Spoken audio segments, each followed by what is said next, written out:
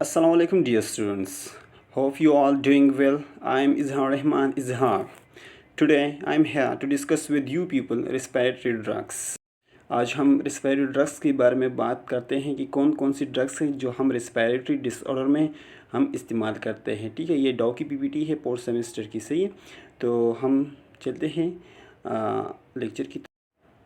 Part 1, drugs use for cough common cold allergic rhinitis. ठीक है, तो हम वो ड्रग्स जो हम कप में यूज़ करते हैं या कॉमन कोल्ड में यूज़ करते हैं या एलर्जिक रेनाइटिस में यूज़ करते हैं। तो कप हमारे पास दो किस्म के होते हैं। एक हमारे पास जो है ना ड्राई कप होते हैं, एक हमारे पास जो है ना मोइस्ट कप होते हैं। सही है, तो इस दौरान में हम कौन कौन से ड्रग जो है ना हम यूज़ करते हैं। ठीक है, और हम कॉमन कोल्ड में कौन से ड्रग्स यूज़ करते हैं, इसके साथ साथ जो एलर्जिक रेनाइटिस होती है ना उसमें हम कौन से ड्रग्स यूज़ करते हैं।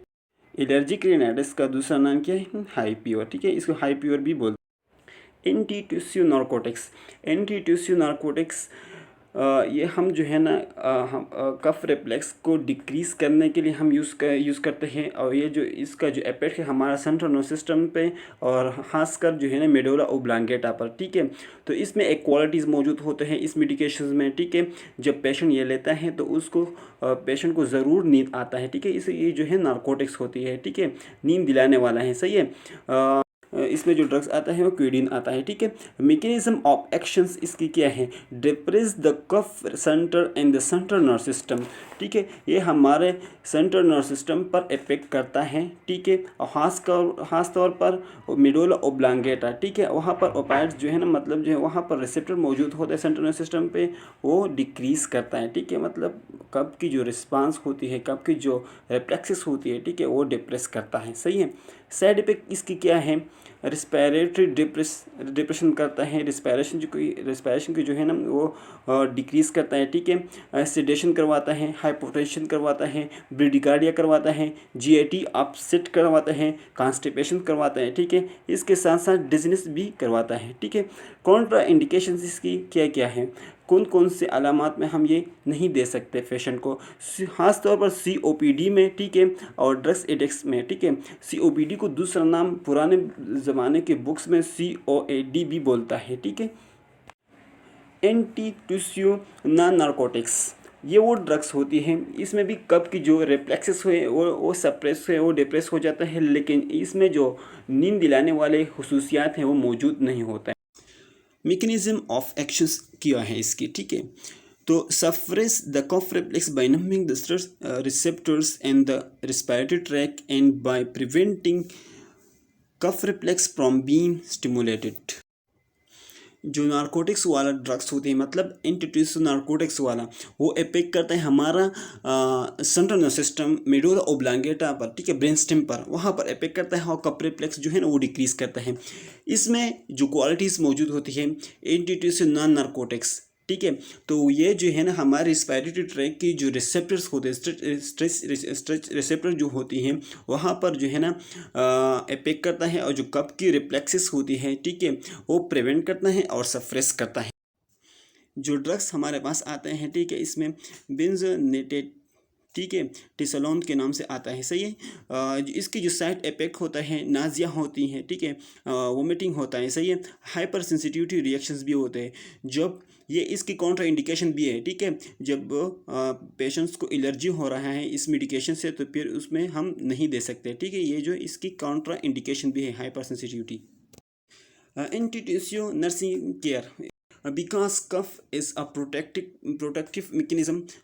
कब हमारे पास क्या होते हैं, एक हमारे पास जो है पेन, वो भी प्रोटेक्टिव मैकेनिज्म है। ठीक है, ये भी हमारे पास क्या है, प्रोटेक्टिव मैकेनिज्म है। इसकी वजह से हम नमूनिया से बच सकते हैं, इसकी वजह से हम मरने से बच सकते हैं। ठीक है, use antitussive very cautiously only when cup interferes a lot with patient's ADLS activity daily living। ठीक है, ये ड्रग्स आपको तब लेना है जब आपको रोज़मर्रा की बुनियाद पर आपको तंग करता है। ठीक है, कब आपको तंग करता है? सही है, कांसी।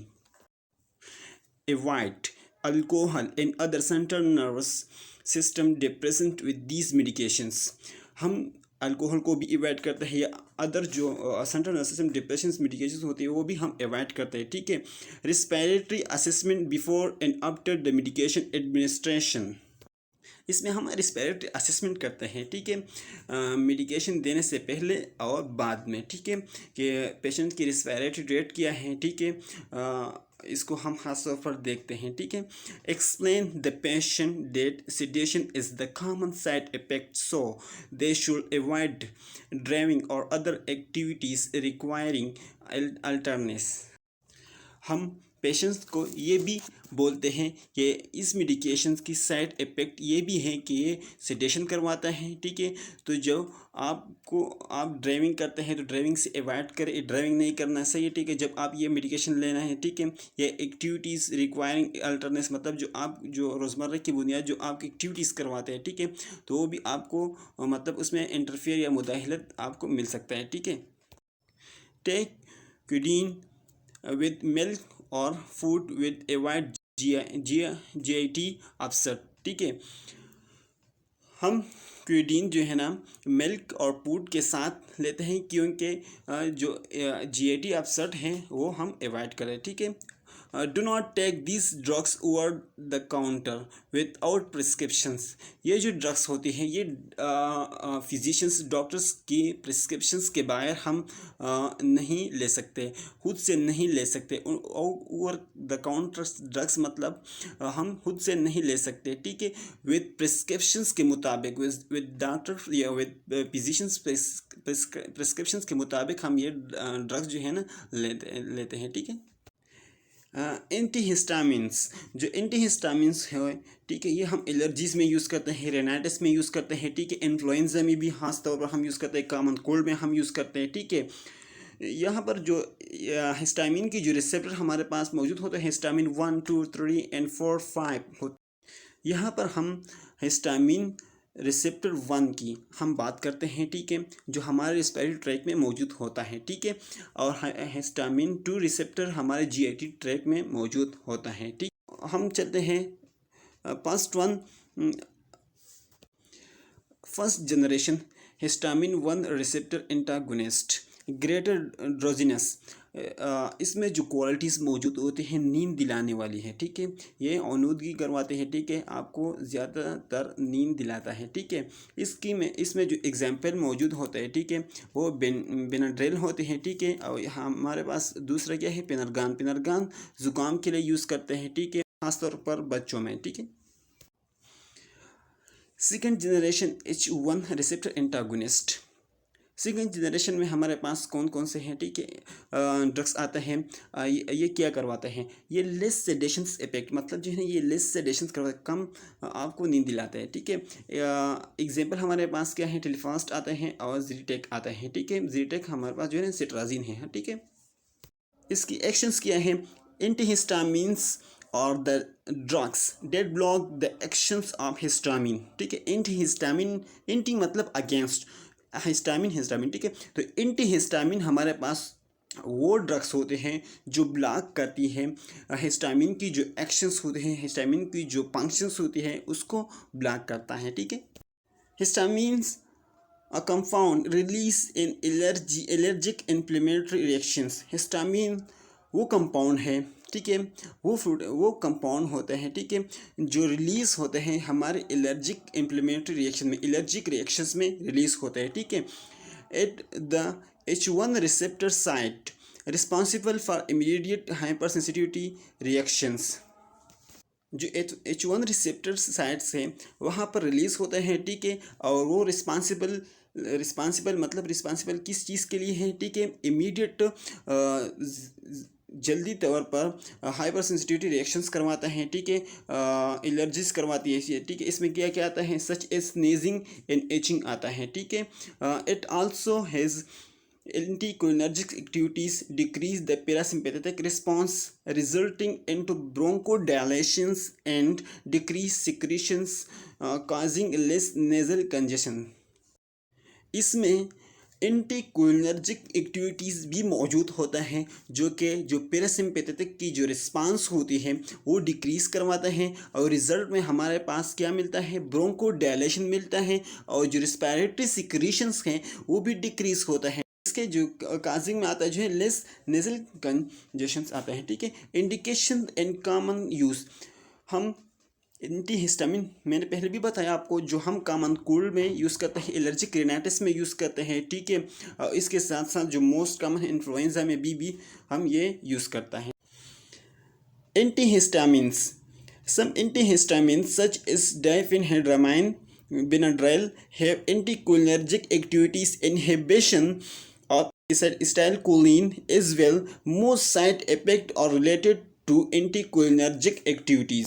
बास एंटीहिस्टामिन हमारे पास सच इस मिसाल के तौर पर डाइफेनहाइड्रामाइन जो हमारे पास होता है, ठीक है, बेंड्रल के नाम से आता है। ठीक है, ये सबसे ज़्यादा दवाई में डाला दिया जाता है। ठीक है, इसमें एंटीकोलिनर्जिक एक्टिविटीज़ भी मौजूद होती है। ठीक है, जो कि एसिटाइलकोलिन को इनहिबिशन या इनहिबिट करवाती है। ठीक है, इन एसिटाइलकोलिन की जो फंक्शंस होती है, ठीक है, उसको इनहिबिट करवाते हैं। इसके साथ साथ जो इसकी जो मोस्ट साइड इफ़ेक्ट जो है एंटीकोलिनर्जिक एक्टिविटीज़ के साथ भी रिलेटेड करता है। ठीक है, इसकी जो साइड इफेक्ट क्या है, ड्राई माउथ करवाता है। ठीक है, जो इसके जो माउथ की जो सिक्रीशन है, जो सलेवा की जो सिक्रीशन है वो डिक्रीज़ करवाता है। ठीक है, यूरिन रिटेंशन, ब्लैडर में जो हमारे ब्लैडर है इसमें जो यूरिन है वो रिटेन रहता है। ठीक है, ब्लैडर स्प्लेंडर स्पाज्म होता है। ठीक है, जो मोस्ट कॉमन साइड इफेक्ट है कॉन्स्टिपेशंस है। ठीक है, हीमोडायनामिक इंस्टेबिलिटी,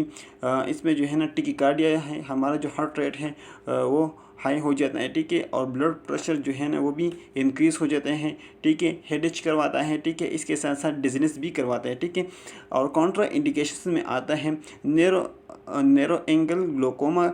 ठीक है, इसमें हम नहीं दे सकते। ठीक है, ये antihistamine medication, sensitivity to antihistamine, जो मतलब हाइपर सेंसिटिविटी, जो पेशेंट एंटीहिस्टामिन से एलर्जी हो रहा है, ठीक है, उसको हम ये नहीं दे सकते। ठीक है, प्रोस्टेट हाइपरट्रोफी, जिस पेशेंट का प्रोस्टेट इनलार्ज हो गया है, ठीक है, उसको हम ये नहीं दे सकते।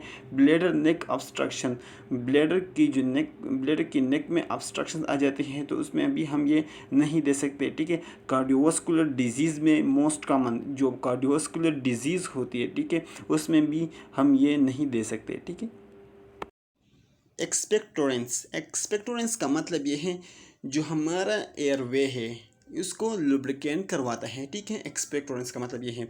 एक्सपेक्टोरेंस liquefy the lower respiratory tract secretions, reduce the viscosity of these secretions and facilitate the mucociliary transport of secretions, make it easier for the patient to cough them off.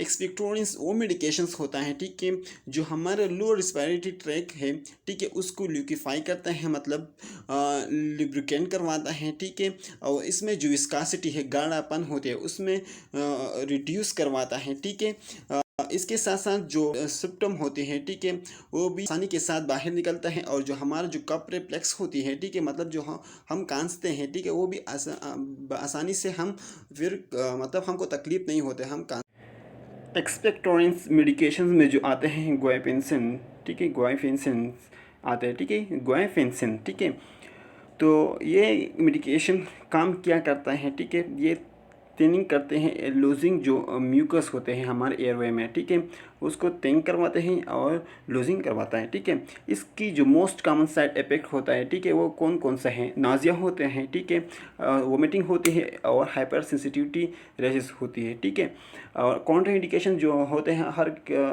Medications की जो है ना वो हाइपर सेंसिटिविटी है। ठीक है, most common जो होता है। ठीक है,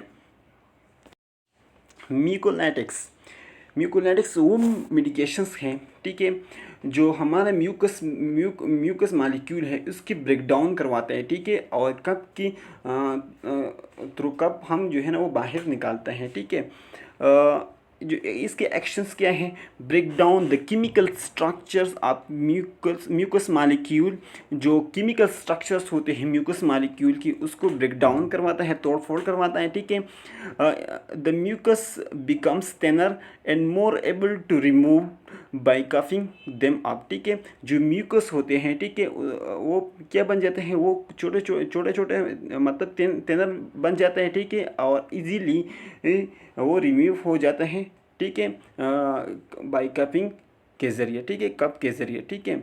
इसकी एग्जांपल आते हैं म्यूकोलाइटिक्स मेडिकेशंस की जो एग्जांपल आते हैं एसिटाइलसिस्टिन के नाम से आता है, ठीक है।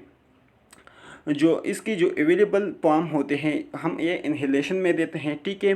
और इसके साथ साथ इंस्टॉलेशन मीन इंसर्ट करवाते हैं, ठीक है, two way tracheostomy effect within 1 minutes and maximum 5 to 10 minutes. इसकी जो इफेक्ट्स होती है 1 मिनट्स में आ जाता है, ठीक है, या मैक्सिमम जो टाइम इसमें रिक्वायर्ड होता है, ठीक है, 5 to 10 मिनट्स होता है, ठीक है। म्यूकोलाइटिक्स की साइड इफेक्ट क्या है, ठीक है, चेस्ट टाइटनेस होती हैं, सही है। इसके साथ साथ माउथ एंड थ्रोट इरिटेशंस है, ठीक है, उसमें चिड़चिड़ापन आ जाता है, ठीक है, माउथ में, थ्रोट में, ठीक है। Vomiting is the most common side effect of the mucolytics, ठीक है। Increase amount of bronchial secretions, ठीक है, जो यहाँ पर जो है ना ब्रोंकियल सिक्रीशन जो है ना हमारे ब्रोंकाई की जो सिक्रीशंस होते हैं वो इंतहाई अमाउंट में बन जाता है, ठीक है, क्योंकि वहाँ पर ब्रेकडाउन होती है, म्यूकस की ब्रेकडाउन होता है, ठीक है। नर्सिंग केयर क्या है इसकी, chest physiotherapy suction after the administration of mucolytic. तो हम चेस्ट की जो फिजियोथेरेपी करवाते हैं, ठीक है, पेशेंट्स की, और इसके साथ साथ हम सेक्शंस भी करवाते हैं म्यूकोलाइटिक मेडिकेशन के बाद। मतलब जब हम म्यूकोलाइटिक मेडिकेशन पेशेंट को दे देंगे, ठीक है, तो इसके बाद हम सेक्शंस करवाते हैं, ठीक है, पेशेंट्स की, और चेस्ट फिजियोथेरेपी भी करवाते हैं, ठीक है। Counselling the patient that mucolytic have disagreeable error that soon disappear.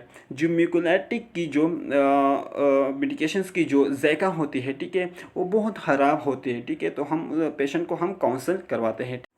Clean the patient pace after administration is acetylcysteine may cause stiffness on face with administered by face mask or nebulizer, ठीक है।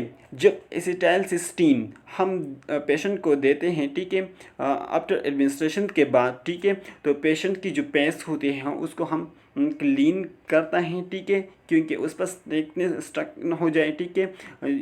तो हम जो है ना face mask के ज़रिए या देते हैं या नेबुलाइज़र के ज़रिए देते हैं। तो ज़रूर आप ये ध्यान रखना, जब आप फेस मास्क के ज़रिए या नेबुलाइज़र के ज़रिए एसिटाइलसिस्टीन पेशेंट को देते हैं, ठीक है, तो इसकी फ़ौरन बाद पेशेंट की जो पेस हो, ठीक है, उसको क्लीन करना है, ठीक है। Thank you so much. ये आज का जो हमारा लेक्चर है ये सिर्फ ड्रग्स इफेक्ट जो है ना हमारे पास कफ कॉमन कोल्ड और एलर्जिक रिनाइटिस पर होता है, ठीक है। Thank you so much dear students. ये रिस्पिरेटरी ड्रग्स की पार्ट 1 है, ठीक है, और नेक्स्ट वीडियो में हम पार्ट 2 फिर डिस्कशंस करते हैं, ठीक है। तो हमारे पास है drugs use obstructive pulmonary disease, ये हम नेक्स्ट वीडियो में एक्सप्लेन करते हैं, ठीक है।